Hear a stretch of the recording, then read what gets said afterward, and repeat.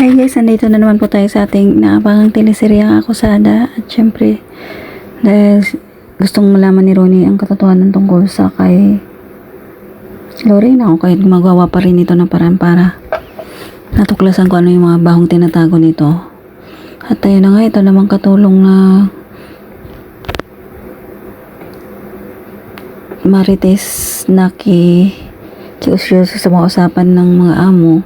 Ayan, gustong tawagan si Ronnie at ayun na nakipagkita nga ito at nagsumbong ito kay Ronnie tungkol sa mga narinig nitong usap-usapan nila Lorena at Tristan na mayroon daw itong napakalaking kasalanan at mga narinig pa nito na gustong sumuko sa mga pulis kung kaya't napagdudahan ni Ronnie na talagang positive na may tinatagong baho itong si Lorena at hindi talaga Lorena yung totoong pangalan nito kundi si Carolina Astor, kung kaya talagang excited itong makipagkita kay Lorena. Pero bago yon, ito namang si Tristan at saka si Amber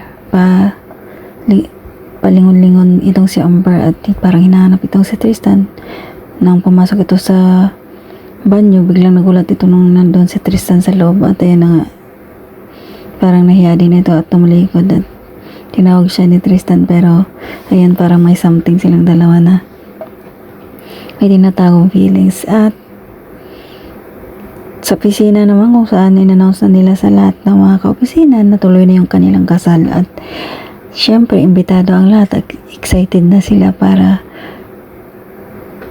umattend sa wedding ng kanilang boss. Kung kaya tayo na nga tuwa sila Lorena at Wilfred. At ito naman si Wilfred, gustong ipag-shopping itong si Tristan ng mga sapatos at damit at sobrang nagpasalamat si Tristan dito sa kay Wilfred dahil sobrang bait daw nito sa kanyang ate at napakaswerte daw ito.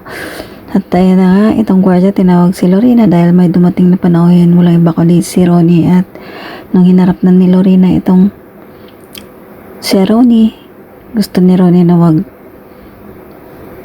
mag-usap na kaharap yung mga gwardiya, kung kaya tiniling nito na umalis muna sila dahil baka mapahiya daw si Lorena. Tayo na nga guys, sinumbutan ni Ronnie itong si Lorena na marami siyang alam na baho nito at sinabi din nito na hindi niya